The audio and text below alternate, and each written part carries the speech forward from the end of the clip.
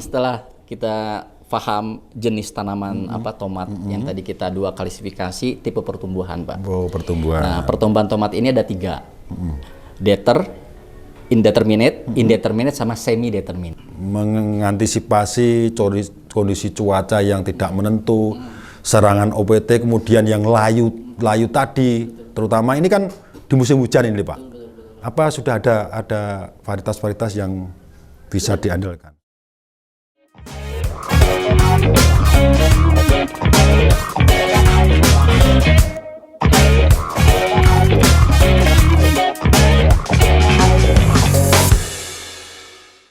Mengantisipasi kondisi cuaca yang tidak menentu, serangan OPT, kemudian yang layu tadi, terutama ini kan di musim hujan ini, Pak.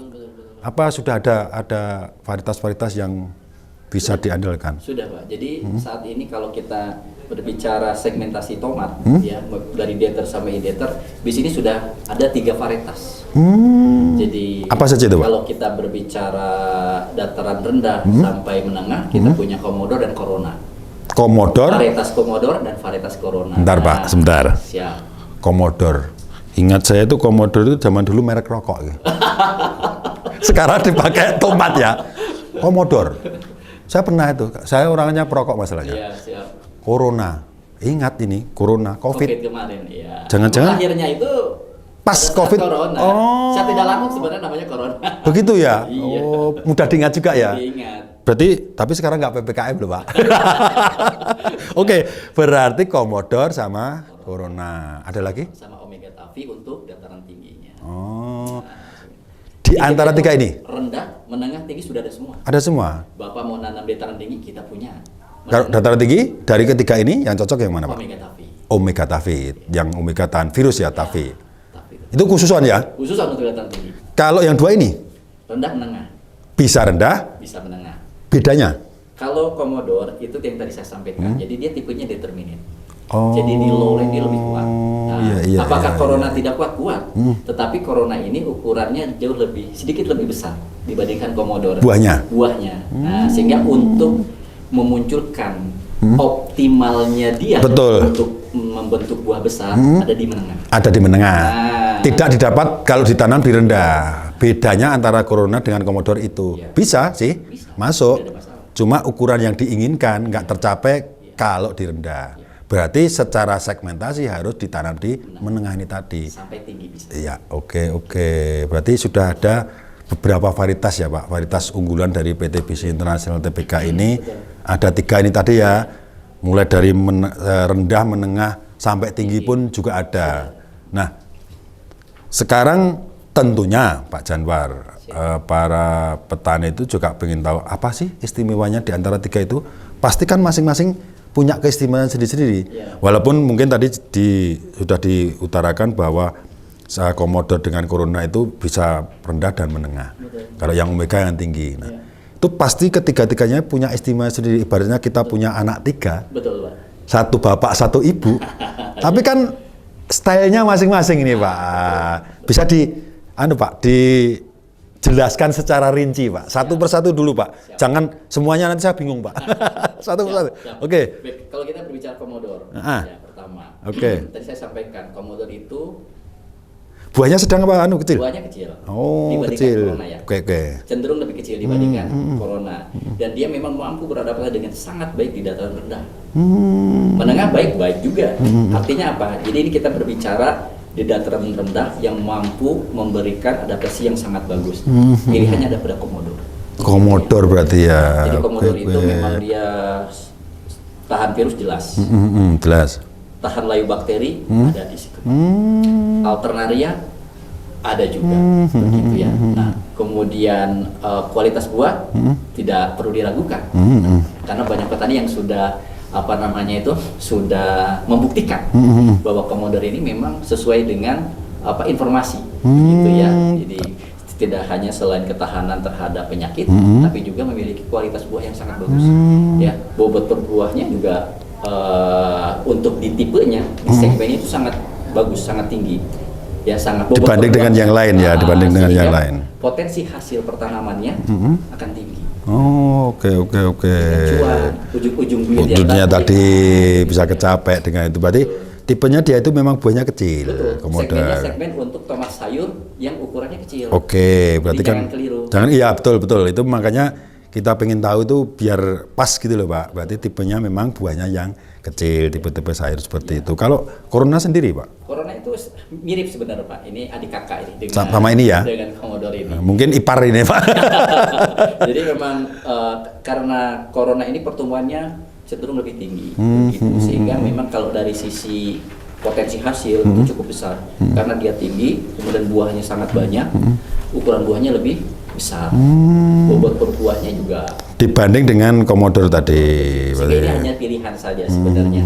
Jadi ketika memang, apakah gini pertanyaannya, apakah Commodore bisa ditanam di menengah? Bisa.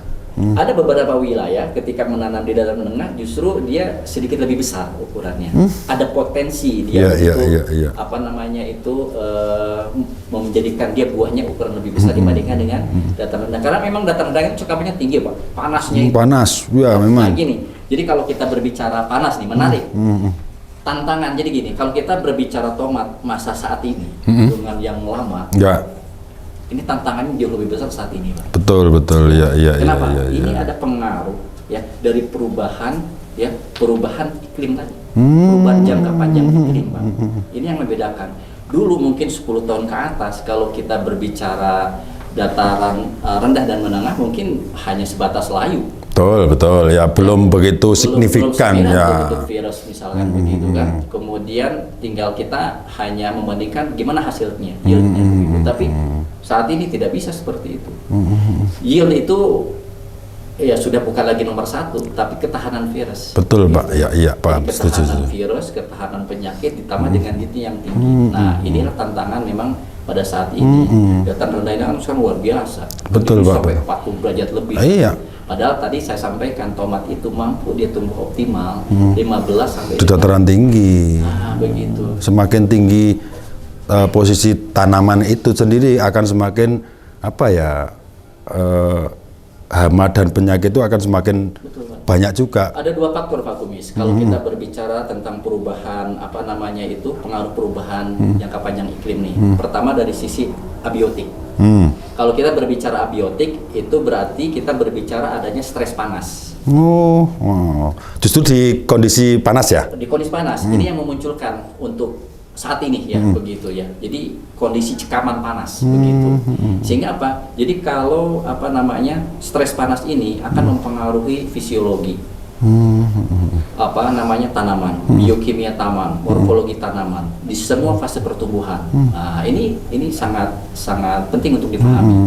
Ya, karena kalau saya coba baca begitu dari berbagai macam penelitian, setidaknya sekurang-kurangnya ketika ada kenaikan 1 derajat Celcius di atas suhu rata-rata harian 25 derajat Celcius itu signifikan akan mempengaruhi viabilitas serbuk sari.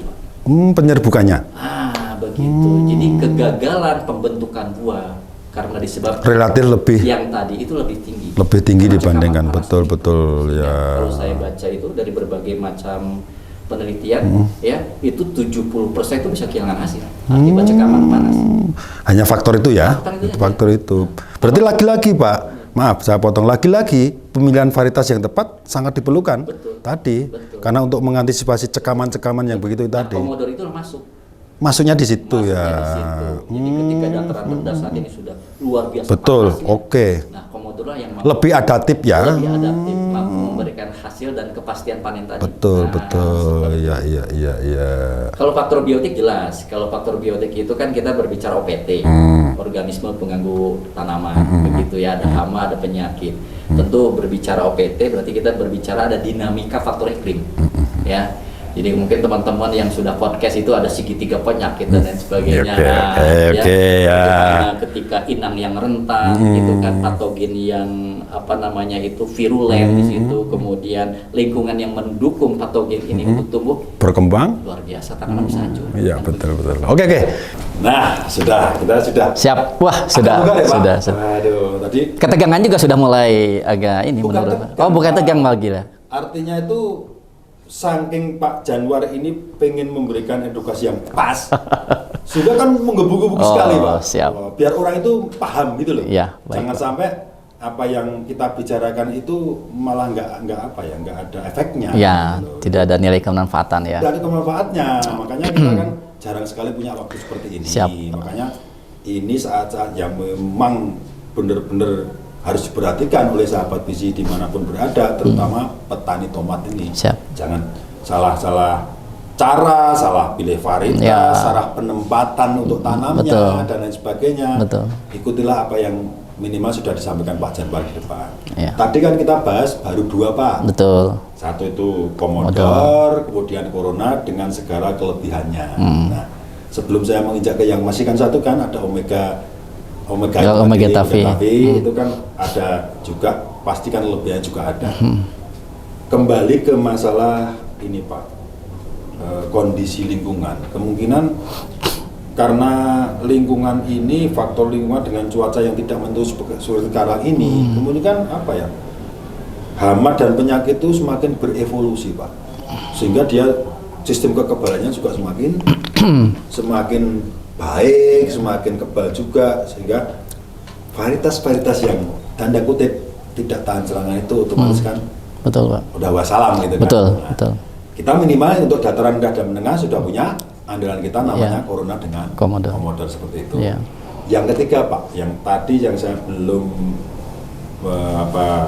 pengen tahu juga kelebihan keistimewaan dari Omega Tavi sendiri itu bagaimana dibanding dengan Commodore dengan Corona. Baik, oke. Jadi yang jelas kalau berbicara Omega Tavi itu kan berdasarkan segmentasi, ya kan? Itu yang harus penempatannya. Jadi sudah disampaikan bahwa ketika kita berbicara dataran tinggi, maka segmentasinya adalah tomat processing atau tomat press market. Tapi kalau kita bisa memilih tomat processing, maka kita ambil tomat buah, ya kan, seperti itu dengan tipe pertumbuhan indeterminate begitu, karena memang tipe indeterminate ini memang khusus untuk dataran tinggi begitu ya, jadi dia butuh lokasi atau habitat yang adem-adem. Nah, jadi kalau panas-panas gerak dia memunculkan resiko yang banyak begitu Pak, nggak mau dia, jadi emang agak dalam tanda kutip dia spesifik, Ya memang harus di situ begitu, lingkupnya memang di situ. Seperti Pak Janwar tadi biasa di Lembang, Iya. di Bandung dengan dari Ke Kediri, Jawa Timur, panas. ya adalah sakit pasti, Ya, flu, seperti batuk dan sebagainya, apa meriang. Nah, gitu. seperti Sama dengan ini ya Pak, Omega Betul, Tavi ini iya. memang khusus di situ. Betul. Memang istimewanya di situ. Ya, jadi Omega Tavi itu memang khusus untuk di dataran tinggi dengan tipe tomat buah. Buah, ya. Ukurannya yang lebih besar dibandingkan tadi. Dua tadi. Ya, Commodore dan Corona begitu ya. Jadi lebih besar lagi ya. Lebih besar lagi karena Kalau memang secara ukuran tiga-tiganya Pak, kecil itu Pak, kecil itu mulai dari Commodore, Commodore itu paling kecil. Corona, baru Omega Tavi. Secara ukuran buah begitu ya. Dan memang segmentasinya jelas beda. Ya. Kalau kita berbicara tomat sayur dengan ukuran buah kecil, Commodore. Kalau kita berbicara tomat sayur dengan ukuran sedang, Corona. Nah, kalau kita berbicara tomat buah yang ukuran, D. nah itu Omega Tavi. Jadi sudah jelas gitu. Sudah jelas kan Nah, itu. jadi tidak Saya boleh. ulangi lagi Pak, Siap. biar paham. Selain Omega Tavi, ikan karna khusus, Ya. dataran tinggi, Betul. memang habitat di situ, Betul. dia tahan virus, kemudian buahnya lebih gede dibanding dua ini. Betul. Tapi yang dua ini perlu diulangi lagi Pak, ditekankan lagi bahwa ini bisa sama-sama dataran rendah mau menengah, tapi ada perbedaannya. Ya. Kalau memang pengennya tipe yang kecil, Ya. itulah pilih Commodore. Betul. Lebih gede daripada yang Commodore. atau lebih kecil daripada yang Omega, sedang-sedang saja pilihnya Corona. di dataran tengah sampai Menengah. Betul, tapi Pak. kalau bicara yang dataran tinggi tetap satu pilihnya Omega Tavi. Ini jelas sekali Pak. Alhamdulillah. Sekarang sudah tidak bingung Pak ya? Tidak bingung saya. Jadi- Bahkan nanti gini Pak, kan saya juga banyak tetangga itu yang petani Pak. Iya. Jadi minimal itu kalau ditanya-tanya itu kita bisa mengarahkan yang pas. Betul. Tidak asal ngomong gitu, Betul, Pak. Jadi memang tepat, memang aturannya begini loh, Begitu. bagusnya begini. Begitu. Ya, kita membantu orang memberikan apa itu ilmu yang bermanfaat Betul, kan, Pak. betul. Siapa tahu dengan begitu bukan tidak aja produknya saja yang laku, tapi petani juga hasilnya lebih banyak. Betul. Semakin yakin. Betul. Sebelum kita lanjutkan Pak, kembali ketiga varietas ini tadi, Commodore, Corona dan Omega Tavi ini. Ini kalau dibanding sama-sama habitat atau tempat tanamnya di situ itu untuk ketahanan terutama virus maupun kalau setahu saya kalau di musim hujan itu lebih condong ke ini layu ya Pak ya? Penyakit selain virus Pak. Selain virus gitu ya. Ya, tapi gini Pak, kalau saya coba amati ya di perjalanan saya yang tadi saya nyemplung dari 2006 sampai sekarang itu saya coba amati. Dulu memang varietas-varietas baik itu yang dipunya BC ataupun kompetitor itu pasti larinya ke yield. Yield dulu. Yield dulu. Kemudian layu fusarium. Kebanyakan memang itu pasti di layu Pak. Ya kan, layu bakteri, layu fusarium. Apalagi dataran tinggi, kita berbicara dataran tinggi maka kita berbicara kelayuan. Bisa layu, umumnya layu fusarium, tapi juga layu bakteri sekarang sudah mulai banyak begitu. Tapi saat ini sudah tidak bisa lagi hanya penyakit itu. Dengan tadi yang iya, karena itu tadi pengaruh perubahan jangka panjang iklim itu ya. Ditanami terus menerus. Sehingga apa? Dulu mungkin pada saat masuk musim hujan mempersiapkan dirinya gampang. Oh, paling yang muncul penyakit ini. Petani sudah siap. Antisipasi. Sekarang aja kita masuk musim penghujan tapi kemaraunya panas luar. Nah, inilah yang mengakibatkan permasalahan penyakit atau OPT yang ada itu sudah semakin kompleks. Tidak hanya lagi kita berbicara di musim hujan, oh ini penyakit hawar daun, Phytophthora pada tomat, atau Alternia. Tidak bisa begitu. Karena apa? Virus pun akan tetap muncul di situ. Ya. Begitu. Apalagi virus ini kan sekarang sudah lagi bukan TYLCV. Nanti ada virus kan banyak yang tadi saya sampaikan kan. Tomat itu ya TYLCV, ada TLCV, di dataran tinggi itu ada virus namanya TICV, beda genus nih. Udah macam-macam gitu. Makanya jadi luar biasa begitu ya. Maka lagi-lagi ya Pak, tetap varietas kan? Varietas Pak. Sekarang itu kalau kamu tuh bicara yield itu udah agak zamannya. Udah zamannya. Itu iya. Iya betul. Tapi tetap bukan nomor utama, bukan nomor satu. Secara apa itu bilangnya ini varietas A, wah yieldnya tinggi. Tapi kalau ketahanan hama dan penyakit kurang, tidak bisa juga hasilnya berkurang kan? Ya. Lagi-lagi pemilihan varietas yang tepat itu modal awal untuk keberhasilan di akhir panen begitu. Makanya Omega Tavi ini untuk saat ini dengan berbagai macam pengujian yang sudah dilakukan. Omega Tavi ini 2 tahun sebelum rilis itu sudah diuji berbagai lokasi Pak. Yang sangat endemis dan lain sebagainya, ini mampu memberikan adaptasi yang sangat baik begitu. Dia mampu iya langsung sangat dipertarungkan sehingga ketika ini muncul sudah siap begitu. Nah, seperti itu. Jadi memang karakternya buahnya besar, kemudian kepadatan buah. Kalau orang Sunda bilangnya pepel ya. Jadi dia itu bobotnya montok Pak gitu ya. Jadi harus kalau lihat omega itu tidak hanya dilihat secara jarak jauh, harus kalau bahasanya itu kayak iklan itu kan dilihat, diraba, dan lain sebagainya. Nah, baru bisa merasakan. Diraba, dirasakan. Setelah dirasakan mau nanam. Nah, itulah gitu. Dirasakan buahnya. Iya, dirasakan buahnya. Buah tomat Pak. Oh, iya, bukan betul. buah yang lain. Siap. Oke. Menarik sekali buahnya sekali Pak. Siap. Ternyata berbicara masalah dunia pertomatan itu memang banyak seluk beluknya ya. Betul. Liku-likunya, kemudian tantangannya. Betul. Yang lagi-lagi selagi yang perlu dipahami juga bahwa kita itu memang pemilihan varietas itu nomor satu. Awalnya utama. Wajib itu, betul. Kalau Pak, di antara kembali ketiga varietas BC ini, Corona, Commodore, sama Omega Tavi ini. Kalau masing-masing ini kan punya segmen sendiri-sendiri. Betul. Kalau di pasar itu secara umum Pak, ketiganya ini bentuk buah, warna buah, ukuran buahnya itu memang sudah pasti yang diminati konsumen atau gimana? Betul, Pak. Sudah sesuai dengan segmentasi yang tadi saya sampaikan. Sudah ya, berarti sudah masuk kriteria ya? Sudah masuk kriteria. Omega Tavi aja sudah masuk ke kelas supermarket sekarang. Nah, makanya informasi dari teman yang di lapangan begitu ya. Jadi sudah bisa diterima. Karena memang kalau kita berbicara Omega Tavi itu merahnya itu merah merona. Oh, luar biasa merahnya. Ya. Mungkin kalau zaman dulu itu kita punya varietas kosmonot dulu. Nah, itu merahnya itu seperti itu. Merahnya luar biasa sehingga itu menjadi daya tarik petani untuk menanam. Kayak orang itu ada rangsangan tersendiri. Betul, Pak. Melihat cewek itu, wah, gitu. Seperti itu. Penampilan selebgram nih ya. Betul. Selebgramnya sekarang kita Omega Tavi. Omega Tavi. Betul. Jadi gini Pak Kumis, jadi kalau saya coba bukan menyimpulkan ya, mencoba untuk menarik garis begitu benang. Ya. Berbicara tomat Indiatar itu umumnya memang ketika ada varietas yang buahnya besar, itu hanya di tandan-tandan bawah, Pak. Tidak mampu di atas. Tidak mampu naik ke atas. Nah, jadi tandan 1, tandan 2, setelah tandan 4, 5 itu dia langsung dari terjadi reduksi ukuran begitu. Itu yang umum. Nah, Omega Tavi ini yang berbeda. Kestabilan buah dari bawah sampai ke atas itu terus begitu. Ya, berarti yang membedakan di antara varietas yang lain. Bahkan di beberapa lokasi itu justru di tandan atas semakin besar. Malah semakin besar. Nah, ini memang karakter-karakter yang muncul di Omega Tavi yang saat ini memang sudah mulai naik begitu ya. Banyak yang sudah mulai menanam dan lain sebagainya karena ketertarikan yang tadi. Kemudian yang berikutnya, jadi gini, semenjak memang ini terjadi pengaruh perubahan jangka panjang iklim global, itu sekarang ada namanya fisiologis, Pak, gejala fisiologis. Kalau orang Sunda itu bilangnya dangkal. Jadi tomat itu kayak mengerut. Bukan disebabkan oleh hama penyakit, mengerut. Jadi saya keras tapi mengerut. Nah, itu namanya dangkal.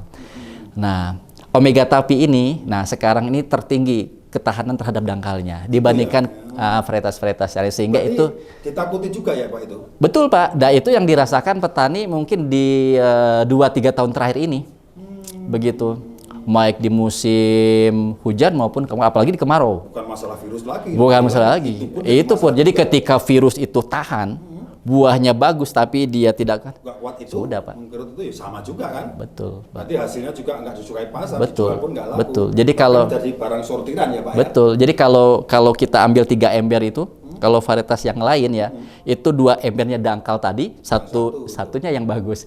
Kalau Omega itu malah kebalikan, justru lebih sedikit lagi. Nah, makanya itu sekarang yang jadi highlight begitu. Selain ketahanan virus gitu ya, buahnya bobot per buahnya bagus, produksinya juga tidak kecil ya, cukup bagus juga.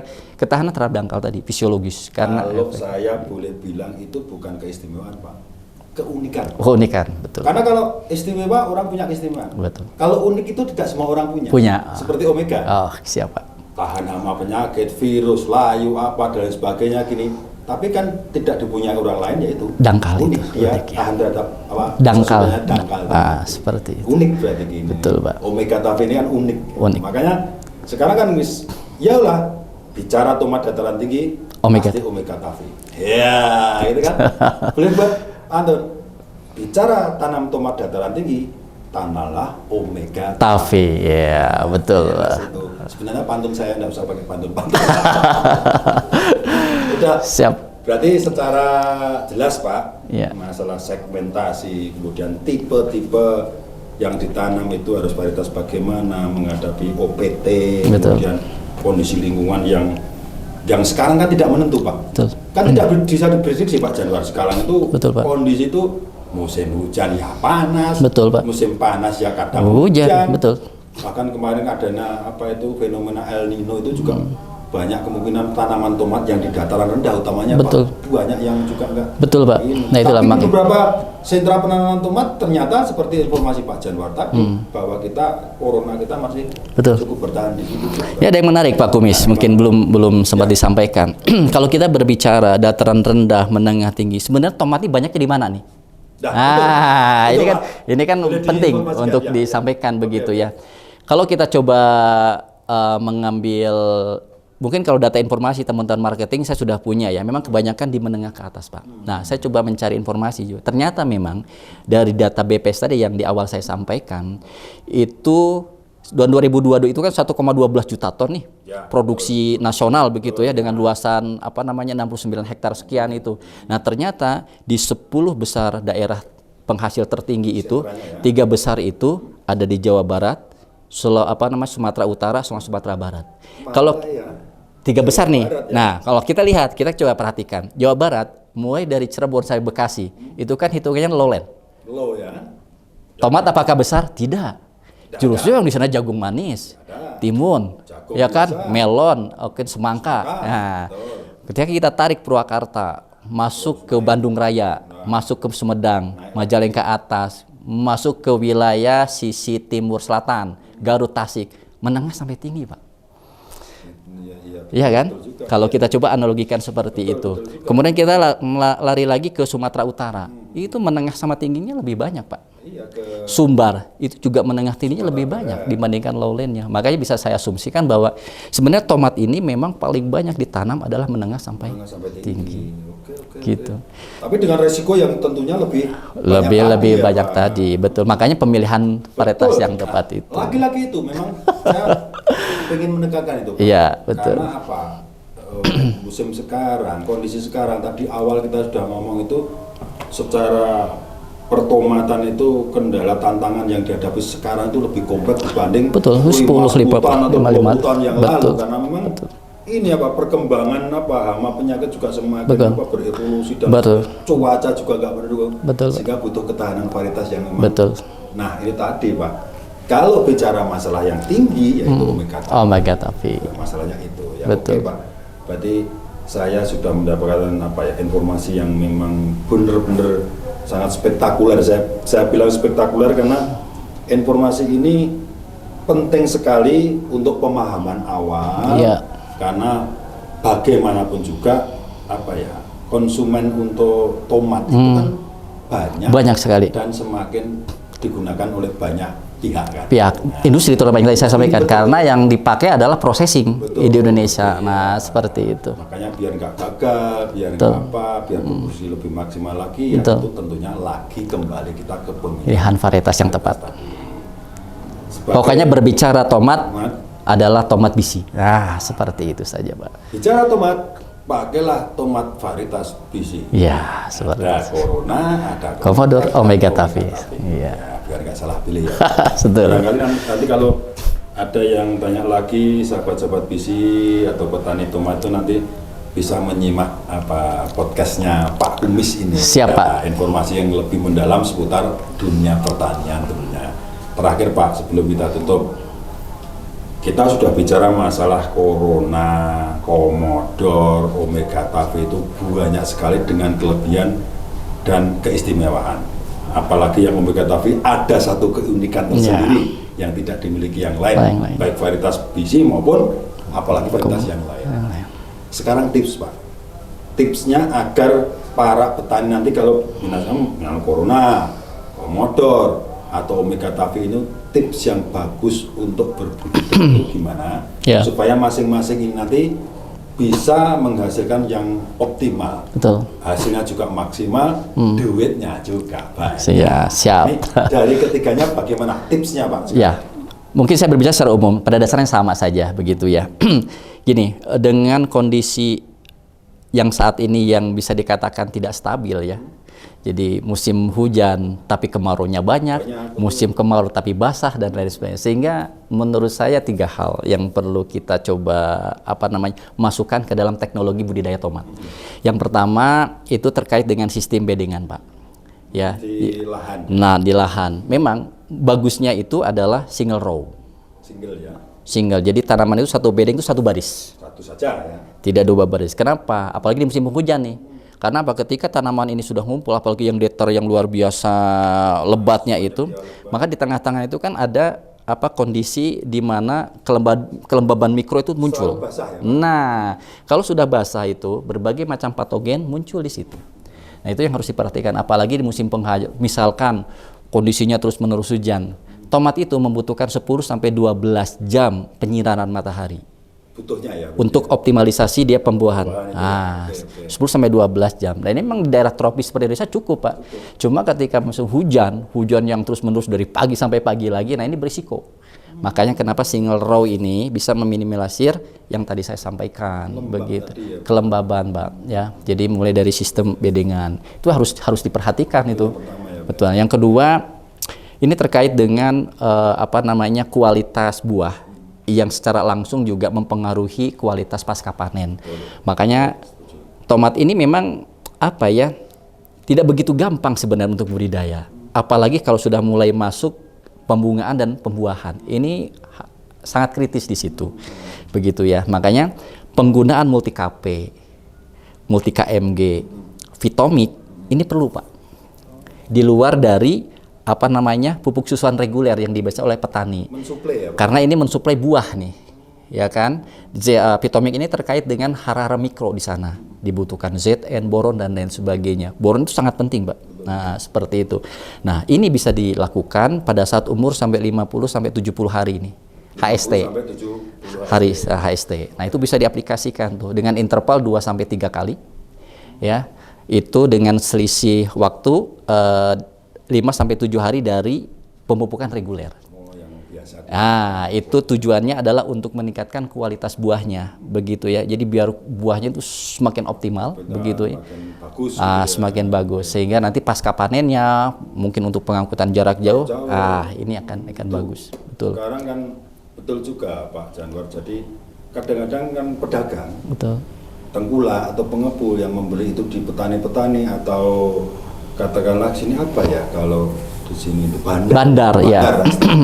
Istilah bandar itu tidak hanya dijual di pasar lokal Pak, Betul, Pak. bahkan ke luar daerah, Betul. bisa Bandung, ke Jakarta, bahkan ke Yogyakarta, mungkin keluar Jawa yang dimana ada pasar kan. Ini kan memerlukan memang buah yang memang tahan terhadap Betul, Pak. pengangkutan Yaitu tadi jauh. pasca panen. Nah, Jadi, seperti itu. Tipsnya itu tadi ya Pak. Betul. Satu itu masalah bedengan, Nah, bedengan. single row itu tadi, kemudian penambahan unsur-unsur Unsur yang tadi ya, multi KP, multi KMG, Fitomix. Ada satu lagi Pak Kumis. Ini terkait dengan fungisida. Jadi kita itu MSI Cap Kapal Tulang itu punya Kopsai 77. Oh ya yang ungu itu ya. Nah, itu dari pengalaman saya selama di Lembang ketika musim hujan yang bisa dikatakan terus-menerus setiap hari, ini sangat bagus, Pak. Kan kandungannya bahan aktif kan tembaga. Betul, Tembaga di mana itu kan tidak hanya sebatas dia untuk Phytophthora pada tomat, tapi juga ternyata dia fungsi yang lain. Jadi mampu untuk mengurangi rontoknya daun. Padahal daun kan sangat diperlukan untuk fotosintesis, begitu kan. Kemudian ini sangat bagus ketika terjadi serangan bercak atau bintik hitam, bukan alternatif, bukan hawar daun ya, bintik. Itu pada daun dan pada buah. Itu namanya bacterial spot, Pak. Diakibatkan oleh patogen Xanthomonas. Nah, Kopsai ini mampu untuk mengurangi itu. Nah, itu pengalaman saya. Jadi pada saat musim hujan, begitu ya, itu harus wajib hukumnya. Ditambah itu jangan lupa. Tipsnya itu. Jadi untuk di musim betul, begitu. Pemupukan dengan yang biasa. Betul. Disiapkan juga Kopsai 77 karena tembaga itu mampu meningkatkan hasil. Begitu. Berarti kan ini tips tambahan. Tips tambahan, betul, Pak. Agar dalam pembudidayaan tomat itu bisa optimal ya. Betul. Jadi, selain varietas tadi tentunya Betul, Pak. Dengan budidaya yang baik, Betul. dengan tips yang disampaikan Pak Janwar itu, ya insya Allah nanti bisa harapan untuk panennya akan semakin baik. Betul, betul, Pak. Oke Pak Janwar, ya, terima kasih atas bincang-bincangnya, obrolannya. Ini sangat bermanfaat Pak. Alhamdulillah. Sangatnya bukan satu, sangat bermanfaat. Alhamdulillah. Seperti inilah yang sebenarnya diperlukan oleh para petani, utamanya petani tomat. Siap. Karena dari pengalaman yang lebih banyak, terus informasi yang tepat, yang dalam kutip tepat, yang didapat semakin banyak, tentunya budidayanya akan semakin baik. Dan benar. Gitu. Betul, Pak. Ya. Sekali lagi terima kasih banyak atas informasinya, Pak. Sama-sama. Atas ilmunya. Siapa tahu ini harapan kita ilmu yang bermanfaat bagi orang banyak. Amin. Semoga obrolan kita itu didengar oleh sahabat visi di berada. Amin. Bisa bermanfaat bagi semuanya. Iya, terima kasih atas kesempatannya. Pak Janwar, sama-sama. Terima kasih. Sahabat visi, demikian tadi obrolan kita, bincang-bincang kita dengan Bapak Janwar seputar dunia pertomatan. Semoga apa yang kita obrolkan tadi bisa bermanfaat bagi sahabat visi dimanapun berada. Terima kasih telah menyaksikan podcast ini. Nantikan podcast berikutnya tentunya dengan bahasan yang lebih menarik dan lebih bermanfaat. Jangan lupa subscribe channel ini, kasih like dan juga komennya, serta nyalakan loncengnya. Ikuti juga semua akun sosial media kami di FB, IG maupun TikTok dengan nama Visi Sahabat Petani. Sampai jumpa di podcast berikutnya. Wassalamualaikum warahmatullahi wabarakatuh. Waalaikumsalam warahmatullahi wabarakatuh.